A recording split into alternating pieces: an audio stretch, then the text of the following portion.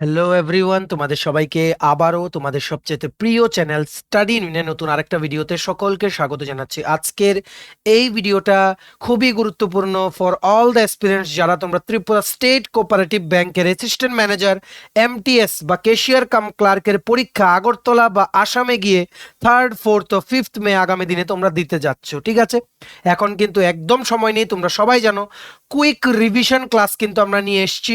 So আমরা already computer অ্যাওয়ারনেসের ব্যাপারটা বলে দিয়েছি, তারপর তোমাদের ক্রেডিট কোঅপারেটিভস অ্যাওয়ারনেস বা অ্যাওয়ারনেস অন ক্রেডিট কোঅপারেটিভস মানে কোঅপারেটিভসের পার্টটা অলরেডি কমপ্লিট। ঠিক আছে, দুটো ভিডিওতে অলরেডি আমরা কমপ্লিট করে দিয়েছি, ভিডিওগুলো দেখো, প্লাস আমাদের কাছে ফুল নোটসও আছে। ঠিক আছে, আর আরেকটা মেইন ইম্পর্টেন্ট হচ্ছে ব্যাংকিং অ্যান্ড ফিনান্সিয়াল অ্যাওয়ারনেস। এই ফিনান্সিয়াল অ্যাওয়ারনেসটা আমরা দুদিন পড়িয়েছি, আজকে হচ্ছে লাস্ট। তোমাদের আমরা বলে দেব ওভারঅল কি কি তোমাদের পড়তে হবে from the financial awareness topic. ঠিক আছে, একদম কমপ্লিট টপিক ওয়াইজ আমরা হেডিংগুলো তোমাদের বলে দেবো যে এই টপিকগুলোর এইগুলো পড়ো, বাস এর বাইরে আর তোমাদের পড়তে হবে না। আজকের পরে ফিনান্সিয়াল অ্যাওয়ারনেস কমপ্লিট। এইবার আমরা নেক্সট চলে যাব ম্যাথস রিজনিং তোমাদের বলে দেবো, আর মিসেলেনিয়াস কারেন্ট অ্যাফেয়ার্স আর জিকে ওইগুলো আমরা 2 থেকে 3 দিনের মধ্যে আমরা শেষ করে দেওয়ার চেষ্টা করব। তোমাদের জাস্ট আমরা ওভারভিউ দিয়ে দিচ্ছি থ্রু আওয়ার ভিডিওস যে তোমাদের কোন এরিয়াগুলো তোমাদের টার্গেট করতে হবে যাতে তোমরা এক্সামটাতে যাতে সাকসেসফুল হও। ঠিক আছে, মনে রাখবে ভালো করে পরীক্ষা দেবে, আর প্রচুর ক্যান্ডিডেটস কিন্তু পরীক্ষা দিতে যাচ্ছে না, ইট ইজ ফাইনাল। ঠিক আছে, প্রচুর ক্যান্ডিডেট যাচ্ছে না দিতে। সো যারা তোমরা দিতে যাচ্ছ তোমাদের জন্য এটা একটা বিগ অ্যাডভান্টেজ যে তোমাদের কিন্তু মানে তোমরা একটু ভালো করে পড়লেই কিন্তু চাকরিটা পেয়ে যাবে। সো যারা টিকিট কেটেছো, দ্বিতীয় কোনো মানে রাস্তা কিন্তু মনের মধ্যে এনো না যে লাস্ট মোমেন্টে বললে যে না যাবো না, ইচ্ছে করছে না, গরম বেশি। অনেকেই কিন্তু বলছো যে গরম বেশি যাবো না, গরমটাকে এক্সকিউজ না বানিয়ে একবার পরীক্ষাটাতে দিয়ে এসো। ঠিক আছে, পরীক্ষাটাতে অ্যাটেন্ড করো বা পরীক্ষাটাতে ভালো পারফরমেন্স দিয়ে এসো। ঠিক আছে, কারণ এই গরম থাকবে, শীত থাকবে, ওই সমস্ত জিনিসগুলোর জন্য তোমরা যদি পরীক্ষা মিস করো তাহলে আর কি করে হবে বলো তো? এগুলো তো ওয়েদারের ব্যাপার। তো তোমরা সবাই যাও যারাই টিকিট কেটেছো। আর তোমাদের বলে রাখি বাসও কিন্তু অ্যাভেলেবেল আছে।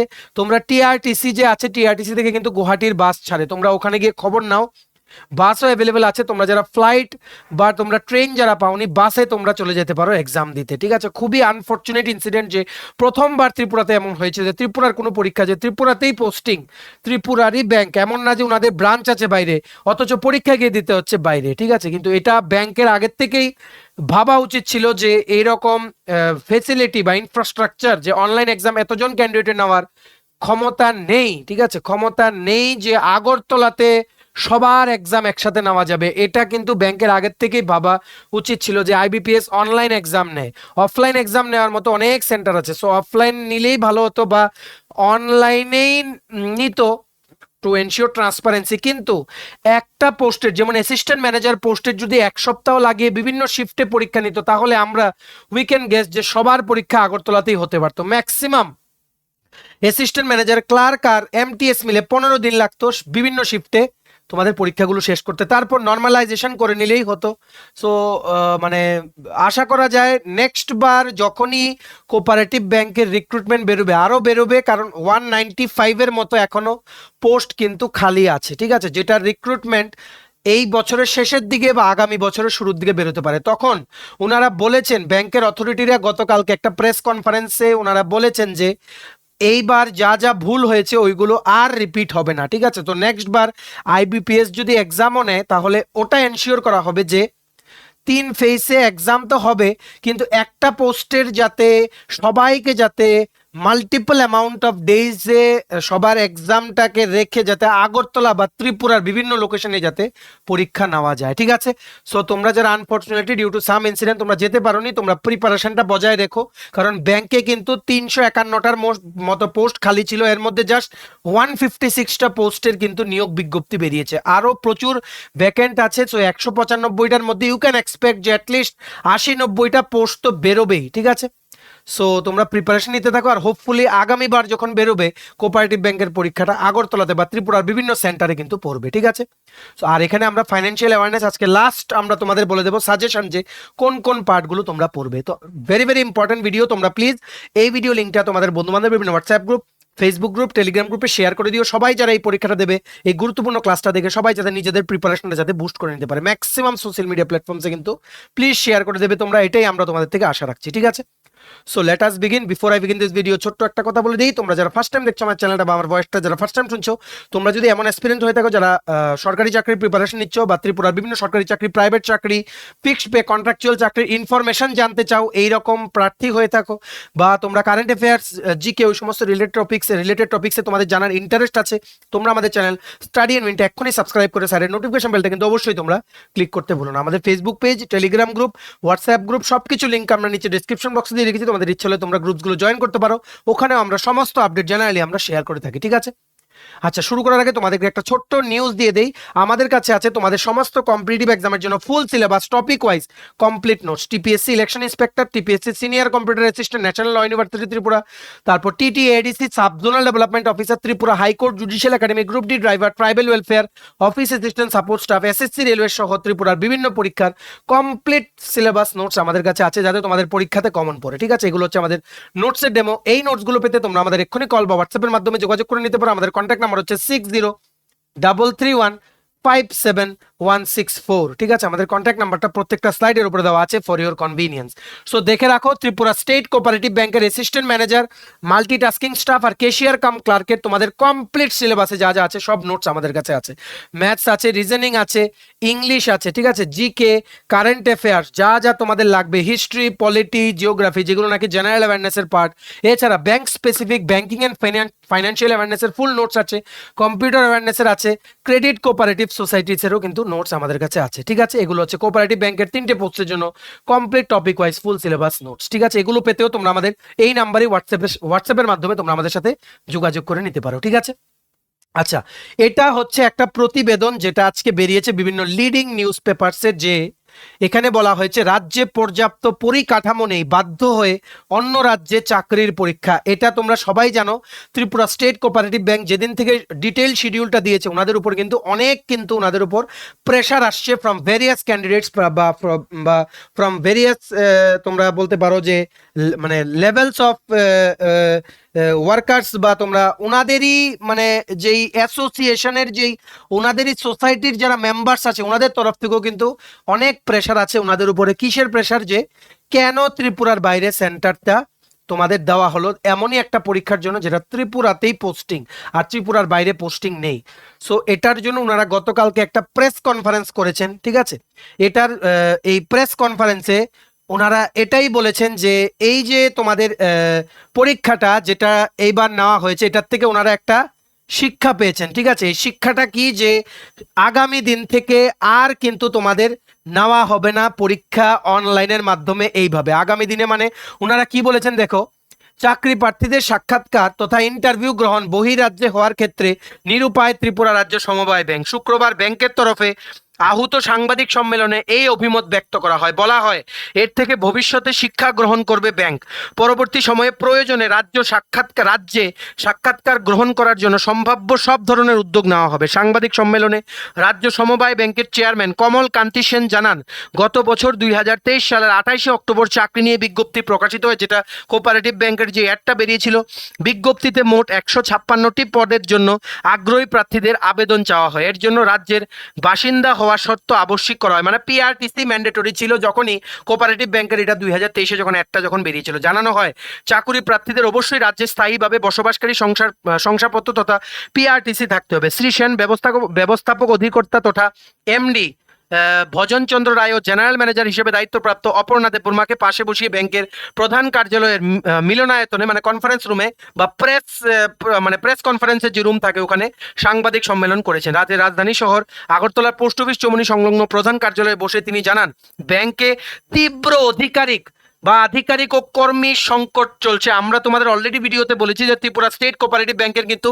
অনেক নতুন ব্রাঞ্চেস কিন্তু খুলেছে, ঠিক আছে? প্রচুর জায়গায় নতুন ব্রাঞ্চেস খুলেছে। আর তোমাদের একটা কথা বলে রাখি, এই assistant manager, cashier cum clerk আর এমটিএস পোস্টে তোমাদের যাদেরই রিক্রুটমেন্ট হবে, আগরতলার বাইরে কিন্তু তোমাদের পোস্টিং হবে, ঠিক আছে? সমস্ত আগরতলার হেড অফিসে পোস্টিং হওয়ার বা ইন এন্ড অ্যারাউন্ড আগরতলার পোস্টিং হওয়ার তোমাদের কোনো চান্স নেই। ম্যাক্সিমাম রিক্রুটমেন্ট এখানে নেওয়া হচ্ছে ওদের যে ব্রাঞ্চ খুলেছে in the remote locations of Tripura, ওইগুলোর জন্য, ঠিক আছে? সো এখানে কি বলেছে, রাজ্যের সমবায় ব্যাংকে শূন্য পদ রয়েছে 351টি ভ্যাকেন্ট পোস্ট রয়েছে এই ব্যাংকে টোটাল। এর মধ্যে 2023-এ মাত্র 156টি পোস্টে নিয়োগের কিন্তু বিজ্ঞপ্তিটা দেওয়া হয়েছিল, ঠিক আছে? এর মধ্যে 50টি ছিল অ্যাসিস্ট্যান্ট ম্যানেজার, 75টি ছিল ক্যাশিয়ার কাম ক্লার্ক, আর 28টি ছিল কি সহকারী কর্মী বা এমটিএস মাল্টিটাস্কিং স্টাফ পদের জন্য বিজ্ঞপ্তি জারি করা হয়। অন্যান্য ব্যাংকের সঙ্গে তাল রেখে এর জন্য দায়িত্ব দেওয়া হয়েছে কেন্দ্রীয় সরকার অনুমোদিত ব্যাংকের নিয়োগ সংক্রান্ত পরীক্ষা গ্রহণকারী সংস্থা আইবিপিএস কে। যেমন কারণ আইবিপিএস খুবই একটা ট্রান্সপারেন্ট বডি, আর আইবিপিএস এর অনলাইন এক্সাম নেওয়া হয়। তারপর একমাত্র দায়িত্ব দেওয়ার কারণ হচ্ছে আইবিপিএস যদি এক্সাম নেয় ওটার উপর পরে কিন্তু কোনো আঙ্গুল উঠবে না। যারা তোমরা রিক্রুট হবে তোমাদের চাকরিগুলো কিন্তু সিকিউর হবে। তোমরা সবাই জানো একটা কিছু হলেই কিন্তু এখন কেস হয়ে যাচ্ছে, ঠিক আছে? কেস হলে কিন্তু চাকরি যাওয়ার সম্ভাবনা। সো আইবিপিএস যদি পরীক্ষাটা নেয় তাহলে তোমাদের কিন্তু এখানে কেস হয়ে চাকরিটা উঠে যাওয়ার কিন্তু কোনো সম্ভাবনা কিন্তু থাকবে না, কারণ কমপ্লিটেড ট্রান্সপারেন্ট প্রসেসে কিন্তু আইবিপিএস কিন্তু তোমাদের পরীক্ষাটা নেয়, ঠিক আছে? উল্লেখিত পদের জন্য সব মিলিয়ে আবেদন জমা পড়ে গত বছর 2023 সালে 28 নভেম্বর নির্দিষ্ট সময় পর্যন্ত যোগ্য বলে বিবেচিত আবেদনকারীর সংখ্যা দাঁড়ায় আছে। যাই হোক, এগুলো হচ্ছে সংখ্যাগুলো বলেছে, ঠিক আছে? ওনারা এটা বলেছেন যে আমরা যে সমস্ত এলিগেশনস আমরা ফেস করেছি এইবার এই 156টা পোস্টের রিক্রুটমেন্টের যেই মানে শিডিউল দেওয়ার পরে ওটা আমরা নেক্সট বার যখন রিক্রুটমেন্ট হবে, কারণ 351 পোস্টের রিক্রুটমেন্ট 156 হয়ে গেছে অলরেডি, 195 ভ্যাকেন্ট পোস্ট আছে। এখানে তোমরা অ্যাটলিস্ট 80 থেকে 90টা পোস্টের রিক্রুটমেন্ট আবারও তোমরা এক্সপেক্ট করতে পারো এই বছরের শেষে বা আগামী বছরের শুরুতে, ঠিক আছে? সো ওনারা বলেছেন যে এই যে নেক্সট বার যে রিক্রুটমেন্ট হবে ওনারা এই ভুলটা থেকে ওনারা শিক্ষা নিয়েছেন, আর এই শিক্ষা নেওয়ার কারণে ওনারা নেক্সট বার যখন রিক্রুটমেন্ট অ্যাডটা যখন বেরোবে তখন কিন্তু ওনারা আর কিন্তু এই জিনিসটা করবেন না। ওনারা আইবিপিএস কে দিয়েই ওনারা নেওয়াবেন, কিন্তু আইবিপিএস এ বলবে যে মাল্টিপল শিফটে আগরতলাতে থেকে যতটুকু আগরতলার ক্যাপাসিটি আছে ততটুকুর মধ্যে যাতে ওনাদের যাতে সমস্ত কিছু যাতে শেষ করা হয়, এটাই কিন্তু ওনারা কিন্তু বলেছেন, ঠিক আছে? কারণ এখানে তোমাদের একটা ব্যাপার আছে, ম্যাক্সিমাম ক্যান্ডিডেটের যেই প্রবলেমটা ওনাদের হচ্ছে ফাইন্যান্সিয়াল, ওনাদের অনেক ক্রাইসিস আছে যার জন্য ওনারা কিন্তু যেতে পারছেন না, ঠিক আছে? ফাইন্যান্সিয়াল ক্রাইসিসের কারণে ওনারা আসাম বা বিভিন্ন সেন্টার ওনারা গিয়ে পরীক্ষাটা দিতে পারছেন না, তার জন্য কিন্তু ব্যাংকের ওপরে কিন্তু অনেকটা ব্লেম এসছে। মিনিমাম আমরাও বলছি এতটুকু করার উচিত ছিল যে এসএসসি রেলওয়ে বা আইবিপিএস এর ব্যাংকের এক্সামসগুলো যে হয় বিভিন্ন শিফটে মাল্টিপল ডেইজে কিন্তু সবার পরীক্ষা রাখা দরকার ছিল। হয় আবার এখন কোনো আর চান্স নেই চেঞ্জ হওয়ার, এখন অবশ্যই 3rd 4th ও 5th মে পরীক্ষা হচ্ছে, কারণ আইবিপিএস সমস্ত অ্যারেঞ্জমেন্ট নিয়ে নিয়েছে। আর ব্যাংকের থেকে অলরেডি আইবিপিএস কে কন্ট্যাক্ট করা হয়েছিল, আইবিপিএস কিন্তু না করে দিয়েছে যে আমরা সমস্ত কিন্তু আমরা প্রিপারেশন নিয়ে নিয়েছি, এখন যদি আমরা চেঞ্জ করতে যাই আমাদের নিজেদেরও প্রচুর ফাইন্যান্সিয়াল লস হবে। তার জন্য bank is forced to conduct the exam on the মানে অলরেডি ডিক্লেয়ার্ড ডেটস, ঠিক আছে? সো এইবার তোমরা এক্সামের জন্য প্রিপারেশন নাও, আর আগামী দিনে যারা তোমরা আবার বেরোবে এটার এই বছরের শেষের দিকে আবার একটা রিক্রুটমেন্ট হবে বা সামনের বছর হতে পারে, কারণ 195 ভ্যাকেন্ট পোস্ট ইজ হিউজ, ঠিক আছে? এই বছরও আবার রিটায়ারমেন্টে যাবে, তার জন্য ভ্যাকেন্ট পোস্টের সংখ্যা আরও বাড়বে, এটা কমবে না, ঠিক আছে? সো আগামীবার আশা করছি পরীক্ষা কিন্তু হবে আগরতলা বা ইন অ্যান্ড অ্যারাউন্ড ত্রিপুরার বিভিন্ন সেন্টারে, ঠিক আছে? এটাই তোমাদের জানানো ছিল, এটাই হচ্ছে লেটেস্ট নিউজ। এইবার চলে আসো ব্যাংকিং অ্যান্ড ফিনান্সিয়াল অ্যাওয়ারনেসের লাস্ট ক্লাস এটা, ঠিক আছে? ব্যাংকিং অ্যান্ড ফিনান্সিয়াল অ্যাওয়ারনেসের লাস্ট ক্লাস, যেখানে আমরা তোমাদের কমপ্লিট সাজেশনটা বলে দেবো যে এর বাইরে কোনো টপিক তোমাদের পড়তে হবে না। অলরেডি 2টো ক্লাস আছে ব্যাংকিং অ্যান্ড ফিনান্সিয়াল অ্যাওয়ারনেস, তোমাদের অনেকেরই ডাউট আছে যেখান থেকে কি কি পড়তে হবে, তার জন্য আমরা একটা কমপ্লিট তোমাদের বলে দিই। এরপরে কিন্তু আর banking and financial awareness topic থেকে কিন্তু আমরা কোনো আর ভিডিও দেবো না, ঠিক আছে? তো তোমরা আজকের ভিডিওটা মিলিয়ে আগামী গতকালকের ভিডিও আর এর আগের দিনের 3টে ভিডিও তোমরা দেখে নিও to get a complete idea that what you have to study from this topic, ঠিক আছে? আচ্ছা, প্রথম আমরা তোমাদের বলেছিলাম যে ইন্ডিয়ান ফাইন্যান্সিয়াল সিস্টেম দিয়ে তোমরা শুরু করবে, ঠিক আছে? ফাইন্যান্সিয়াল সিস্টেমে কি কি আছে? একটা আছে financial institution, financial market, financial instruments আর ফাইন্যান্সিয়াল সার্ভিসেস, ঠিক আছে? ফাইন্যান্সিয়াল ইনস্টিটিউশনের মধ্যে কি কি আছে? ব্যাংক আছে, নন ব্যাংকিং ইনস্টিটিউশন আছে, ঠিক আছে? মানে ব্যাংকিং এই ব্যাংকসগুলোর মধ্যে কি কি আছে? যেমন কমার্শিয়াল ব্যাংক আছে, কোঅপারেটিভ ব্যাংক আছে, রিজিওনাল রুরাল ব্যাংক যেমন গ্রামীণ ব্যাংক আছে, ফরেন ব্যাংক আছে, ঠিক আছে? তেমনি ভাবে ফাইন্যান্সিয়াল মার্কেট যে আছে, ফাইন্যান্সিয়াল মার্কেটের মধ্যে একটা আনঅর্গানাইজড সেকশন আছে, একটা অর্গানাইজড সেক্টর আছে, ঠিক আছে? এই অর্গানাইজড সেক্টরের মধ্যে কি কি আসে? একটা হচ্ছে ক্যাপিটাল মার্কেট আসে, আর একটা হচ্ছে মানি মার্কেট, ঠিক আছে? এই ক্যাপিটাল মার্কেট আবার দুই ধরনের, একটা হচ্ছে সেকেন্ডারি মার্কেট, একটা হচ্ছে প্রাইমারি মার্কেট। এই সবগুলোর ব্যাপারে তোমাদের কিন্তু জানতে হবে। আর ফাইন্যান্সিয়াল ইনস্ট্রুমেন্ট তোমরা সবাই এটা অলরেডি আমরা পড়িয়েছি, ফাইন্যান্সিয়াল ইনস্ট্রুমেন্টের ব্যাপারে তোমরা আগের ভিডিওগুলো গিয়ে দেখে নিও, ঠিক আছে? ফাইন্যান্সিয়াল সার্ভিসের মধ্যে কি আছে? একটা হচ্ছে ফান্ড বেসড সার্ভিস, একটা হচ্ছে ফি বেসড সার্ভিস, ঠিক আছে? এই ফান্ড বেসড সার্ভিসেসের মধ্যে কি আছে? যেমন leasing, hire purchase, consumer credit, bill discounting, insurance, ওই সমস্তগুলো কিসের মধ্যে আছে? ফান্ড বেসড সার্ভিসের মধ্যে আসে। আর এই যে ফি বেসড সার্ভিস, এই ফি বেসড সার্ভিসের মধ্যে কি আসে? যেমন তোমাদের ক্রেডিট রেটিং আসে, তারপর স্টক ব্রোকিং আসে, ইস্যু ম্যানেজমেন্ট, মার্চেন্ট ব্যাংকিং, এই সমস্তগুলো কিসের মধ্যে আসে?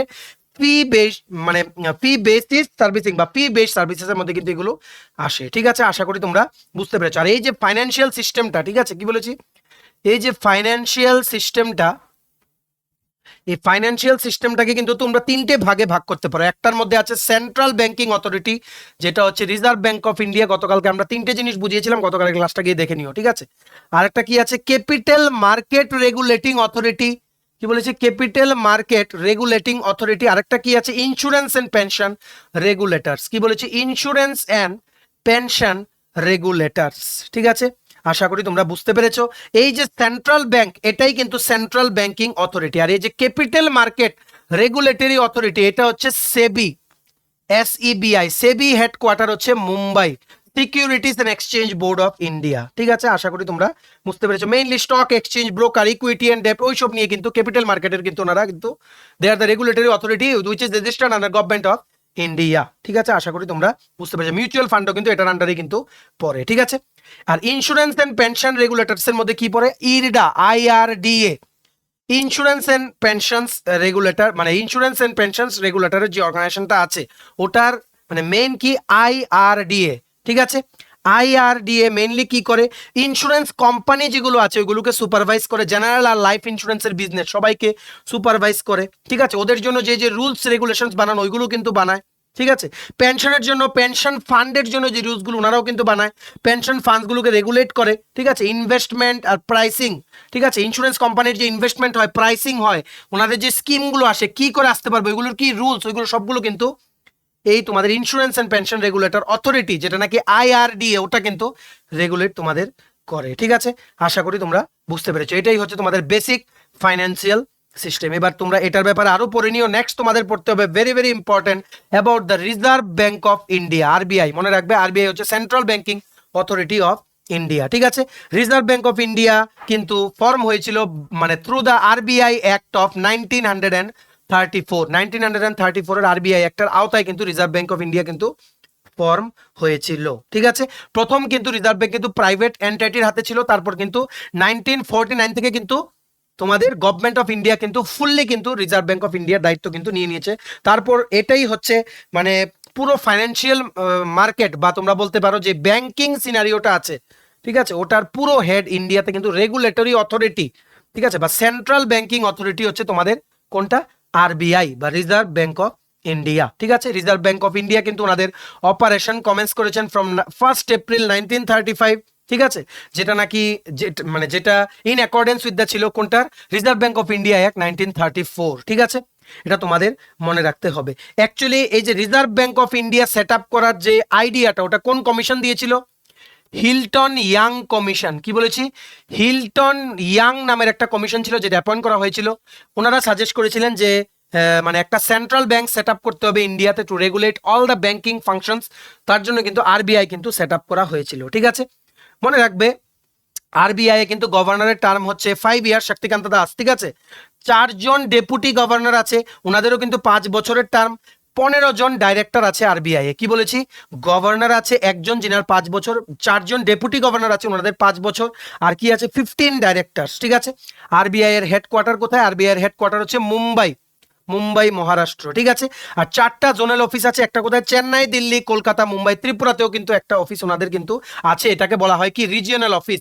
ঠিক আছে, রিজিয়নাল অফিস। আর এই যে ত্রিপুরার অফিসটা, এটা কিন্তু পড়ছে আন্ডার কলকাতা জোন। ঠিক আছে, 21টা রিজিয়নাল অফিস আছে আর 11টা সাব অফিস আছে RBI এর থ্রু আউট ইন্ডিয়া। ঠিক আছে, আশা করি তোমরা বুঝতে পেরেছো। RBI এর ফাংশনস তোমরা সবাই জানো, এটা হচ্ছে central bank of any country, যেটার অনেক function, regulating the monetary policy, তারপর issuing currency, foreign exchange manage করা, তারপর সমস্ত যে সমস্ত ব্যাংকসগুলো আছে ইনক্লুডিং প্রাইভেট ব্যাংক, সবগুলোর হেড কিন্তু ওনারা। ঠিক আছে, আশা করি তোমরা বুঝতে পেরেছো। ওনাদের দ্বারা আইন যেগুলো বানানো হবে ওইগুলো কিন্তু সবার কিন্তু মেনে চলতে হবে, just like the supreme court. Supreme court যেমন আলটিমেট অথরিটি, মানে ল রিলেটেড অথরিটি, মানে সুপ্রিম কোর্টের যেই জাজমেন্টগুলো সমস্ত ডিস্ট্রিক্ট কোর্টকে মানতে হয়, সেমভাবে RBI কিন্তু সেন্ট্রাল ব্যাংকিং তোমাদের অথরিটি। ঠিক আছে, আশা করি তোমরা বুঝতে পেরেছো। মানে এই RBI এর বিভিন্ন সাবসিডিয়ারি কোম্পানিজ আছে। ঠিক আছে, সাবসিডিয়ারি কোম্পানিজগুলো কি, যেগুলো নাকি ফুললি ওন বাই RBI আছে, যেমন DICGC আছে। ঠিক আছে, DICGC মানে deposit insurance and credit guarantee corporation of India আছে। ঠিক আছে, আরেকটা কি আছে, আরেকটা আছে BRBNMPL, BRBNMPL, এটা হচ্ছে ভারতীয় রিজার্ভ ব্যাংক নোট মুদ্রণ প্রাইভেট লিমিটেড, ভারতীয় রিজার্ভ ব্যাংক নোট মুদ্রণ প্রাইভেট লিমিটেড, ঠিক আছে। RBIH আছে একটা, reserve bank of India innovation hub, ঠিক আছে। আর কি আছে?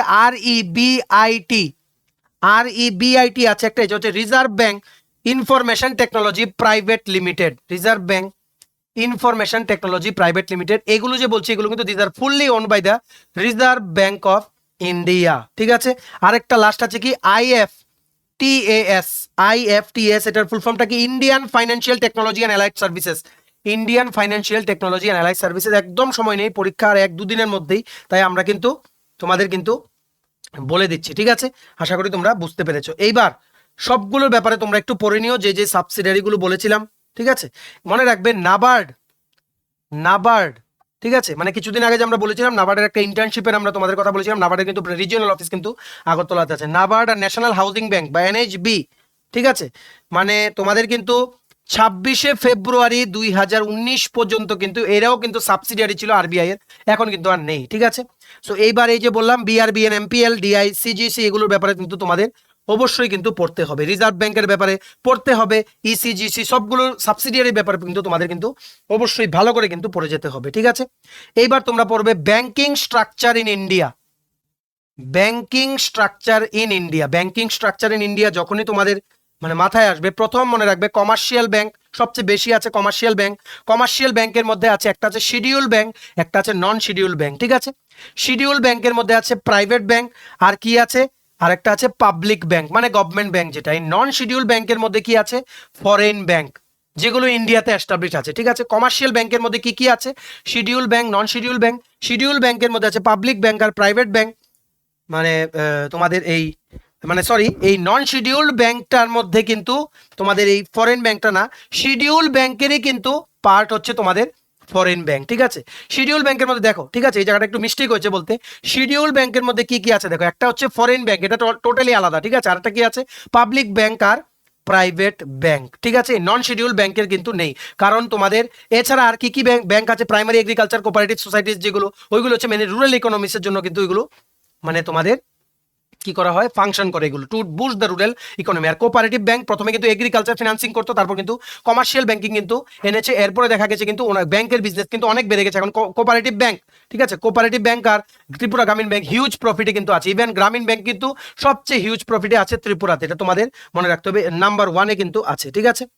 এই যে public sector banks, public sector bank যেটা নাকি শিডিউল ব্যাংকসের পার্ট, এই পাবলিক সেক্টর ব্যাংকসগুলোতে মানে ব্যাংকসগুলোকে দুটো পার্টে ভাগ করা হয়, ঠিক আছে। কি কি? ন্যাশনালাইজড ব্যাংকস আর একটা হচ্ছে নন ন্যাশনালাইজড ব্যাংকস। কি বলেছি? ন্যাশনালাইজড ব্যাংকস আর নন ন্যাশনালাইজড ব্যাংকস ক্যাটাগরিতে কিন্তু এদেরকে কিন্তু ভাগ করা হয়, ঠিক আছে। এই ব্যাংকসগুলো বেসিক্যালি কি, এটা কিন্তু গভর্নমেন্টের দ্বারা ফুললি কিন্তু ওন্ড হয়, ঠিক আছে। Majority of the stake is hold by the government, ঠিক আছে। আর এদের মেইন সার্ভিস হচ্ছে to provide service to the public, to provide service to the public. আর প্রাইভেট সেক্টর ব্যাংকস তোমরা জানো, ICICI bank, HDFC bank, Axis bank, yes bank, ঠিক আছে। তেমনিভাবে ফরেন ব্যাংকস, আমি খুব কুইকলি পড়াচ্ছি তো, কিছু মিস্টেক হলে আমাদেরকে বলো, ঠিক আছে। ফরেন ব্যাংকস মনে রাখবে, এই ব্যাংকসগুলো they are fully control by the foreign companies, foreign কোম্পানিতে দ্বারা কিন্তু এই ব্যাংকগুলোকে কিন্তু কন্ট্রোল করা হয়, ঠিক আছে। ওনাদের হেডকোয়ার্টারগুলো অন্য কান্ট্রিতে থাকে আর ওনারা কিন্তু ব্রাঞ্চ খুলে ইন্ডিয়াতে, এগুলোই হচ্ছে ফরেন ব্যাংক, ঠিক আছে। যেমন ইন্ডিয়াতে আছে সিটি ব্যাংক, তারপর HSBC ব্যাংক, এগুলো সবকিছুর হেডকোয়ার্টার কিন্তু তোমাদের কোথায়? ইন্ডিয়ার বাইরে, ইন্ডিয়াতে জাস্ট এগুলোর ব্রাঞ্চ আছে, ঠিক আছে। তেমনি ভাবে নন শিডিউল ব্যাংক যেটা আমরা তোমাদের বলছিলাম, ঠিক আছে, নন শিডিউল ব্যাংক এগুলো নাকি শিডিউল ব্যাংকের লিস্টে নেই এগুলো, ঠিক আছে। এগুলো শিডিউল ব্যাংকের লিস্টে নেই, অনলি 3টে আছে নন শিডিউল ব্যাংক পুরো এন্টায়ার কান্ট্রিতে, ঠিক আছে। আর নন শিডিউল ব্যাংক কিন্তু তোমাদের মানে কি বলবো, মানে ওনাদের যে রুলস এন্ড রেগুলেশনস গুলো আছে ওনাদের কিন্তু, আর তারপরেও কিন্তু RBI এর রুলস এন্ড রেগুলেশন কিন্তু ওনাদের কিন্তু ফলো করতে হয়, ঠিক আছে। আর এই যে নন শিডিউল ব্যাংকস গুলো ওনারা কিন্তু মানে তোমাদের কি বলবো, মানে ওনারা কিন্তু এই যে কালকে আমরা বললাম bank rate, repo rate, reverse repo rate, ওনারা কিন্তু কোনো লোন কিন্তু RBI থেকে ওনারা নিতে পারেন না, ঠিক আছে। কিন্তু ইমার্জেন্সি সিচুয়েশনে কিন্তু RBI লোন দিতে পারে, ঠিক আছে। RBI can grant loans even to the non schedule banks, ঠিক আছে। আশা করি তোমরা বুঝতে পেরেছো। একটা আছে কি এক্সিম ব্যাংক, এক্সিম ব্যাংক একটা আছে EXIM, ঠিক আছে। এটা কি? Export import bank of India. এটা একটা ফাইন্যান্সিয়াল ইনস্টিটিউশন ইন্ডিয়াতে এস্টাবলিশ হয়েছে, যেটা ইন দ্য ইয়ার 1982, ঠিক আছে, under the export import bank of India act 1981, ঠিক আছে। এটা কিন্তু একটা নন শিডিউল ব্যাংক তোমরা কিন্তু বলতে পারো। এরপর আছে কি পেমেন্টস ব্যাংক, এগুলোর ব্যাপারেও তোমাদের পড়তে হবে, ঠিক আছে। কোঅপারেটিভ ব্যাংকের ব্যাপারে বলেছি, স্মল ফিনান্স ব্যাংক যেমন জন স্মল ফিনান্স ব্যাংক, ঠিক আছে।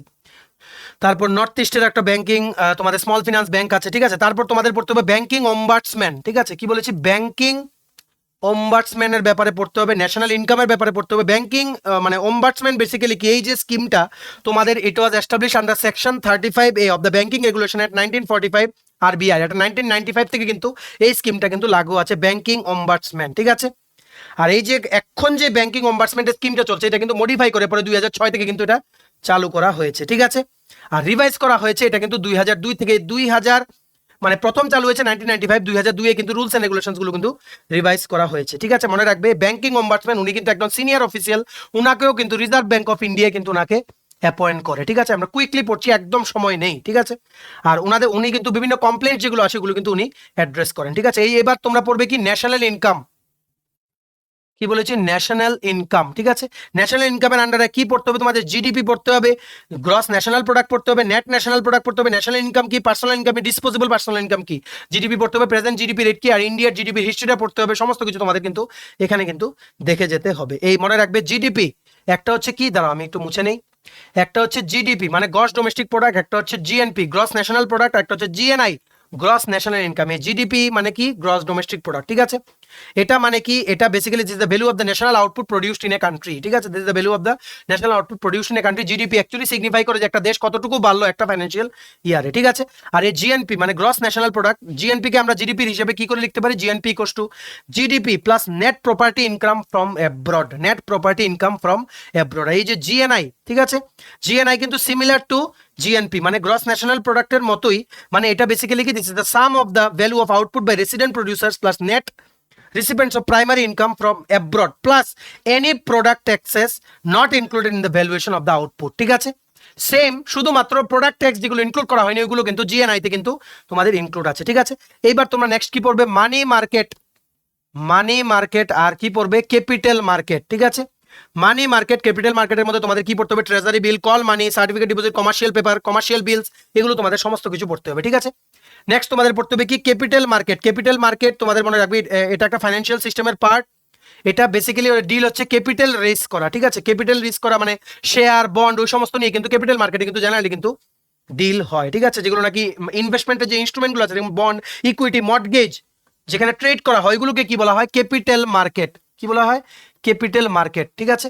মনে রাখবে আইবিপিএস এর কোশ্চেন কিন্তু স্ট্যান্ডার্ড হবে, তাই তোমাদের কিন্তু পড়তে হবে। ক্যাপিটাল মার্কেট দুই টাইপের আছে, কি কি আছে, একটা হচ্ছে প্রাইমারি মার্কেট, একটা হচ্ছে সেকেন্ডারি মার্কেট, ঠিক আছে। এইবার তোমাদের পড়তে হবে অ্যাবাউট ইনফ্লেশন। ইনফ্লেশন মানে হচ্ছে সব জিনিসপত্রের দাম যে বছর বছর বাড়ে 6% রেটে, ওটার ব্যাপারে পড়তে হবে, ঠিক আছে। তিনটে মেজর টাইপের ইনফ্লেশন আছে, একটা কি demand pool inflation, cost pool inflation, built in inflation, ঠিক আছে। ডিফ্লেশন কি, স্ট্যাগফ্লেশন কি, গ্যালোপিং ইনফ্লেশন কি, ইনফ্লেশনের কজেস কি, সমস্ত কিছু কিন্তু তোমাদের পড়ে যেতে হবে। ইনফ্লেশন কি কি দিয়ে মেজার হয়, ঠিক আছে। ইনফ্লেশন মেজার হয় যেমন তোমাদের কনজিউমার প্রাইস ইন্ডেক্স দিয়ে, প্রোডিউসার প্রাইস ইন্ডেক্স দিয়ে, এসব দিয়ে কিন্তু ইনফ্লেশন কিন্তু মেজার হয়, ঠিক আছে। তারপর তোমাদের পড়তে হবে মিউচুয়াল ফান্ডের আইডিয়াটাও একটু তোমাদের নিতে হবে। মানি লন্ডারিং কাকে বলে, ঠিক আছে। নেগোশিয়েবল ইনস্ট্রুমেন্ট কি কি আছে, যেমন প্রমিসারি নোট আছে, বিলস অফ এক্সচেঞ্জ, ডিমান্ড ড্রাফট আছে, লেটার অফ ক্রেডিট, চেক, এগুলো হচ্ছে প্রমিসারি নোট, ঠিক আছে। মিউচুয়াল ফান্ডের ব্যাপারে তোমরা একটু পড়ে নিও, সমস্তগুলো তোমরা গুগলে টাইপ করলে পেয়ে যাবে, বা তোমরা যারা নোটস নিতে চাও আমাদের এই ব্যাংকিং এন্ড ফিনান্সিয়াল অ্যাওয়ারনেস নোটসের মধ্যে সব আছে, ঠিক আছে। আরেকটা জিনিস মনে রাখবে, মেকার বা ড্রয়ার, এটার ব্যাপারে ড্রয়ার মানে মেকার বা ড্রয়ার, ঠিক আছে। মানে দিস ইজ মানে ড্রয়ি মানে হচ্ছে মানে এটা একটা ব্যাংকিং বা লিগেল টার্ম, যেটা নাকি ডেসক্রাইব করে ওই রকম একটা পার্টিকে যেটাকে নাকি ডাইরেক্ট করা হয়েছে ডিপোজিটারের দ্বারা একটা particular some of money pay করতে টু দ্য পার্সন যে নাকি চেক বা ড্রাফট দেয়, ঠিক আছে। এগুলো তোমরা পড়ে নিও ভালো করে, আমি যতটুকু আমার মাইন্ডে আসছে আমি বলে দিচ্ছি, ঠিক আছে। নেক্সট মানি লন্ডারিং পড়তে হবে। মানি লন্ডারিং মানে কি, basically it is the process of making large amount of money generated by a criminal activity, মানে কোনো ক্রাইম করে যদি লার্জ অ্যামাউন্ট অফ মানি যদি লুটে নেওয়া হয় ওটার নাম কিন্তু মানি লন্ডারিং, ঠিক আছে। মানি লন্ডারিং মানে তোমাদের মানি লন্ডারিং যেই মানে বেসিক্যালি এই টার্মটা এফেক্টিভে এসছে কি করে, এটা বেসিক্যালি মানে তোমাদের establish in 1989, headquarters in Geneva, ঠিক আছে। এটা কিসের? এই যে মানি লন্ডারিং করার জন্য একটা ফাইন্যান্সিয়াল অ্যাকশন টাস্ক ফোর্স কিন্তু গঠন করা হয়েছিল, ওটাই বলছি, হেডকোয়ার্টার্স জেনেভা সুইজারল্যান্ড, আর এস্টাবলিশ হয়েছে ইন দ্য ইয়ার 1989। এবার তোমরা পড়বে চেক আর টাইপস অফ অ্যাকাউন্ট, এটা আমরা তোমাদের অলরেডি বলে দিয়েছি, ঠিক আছে।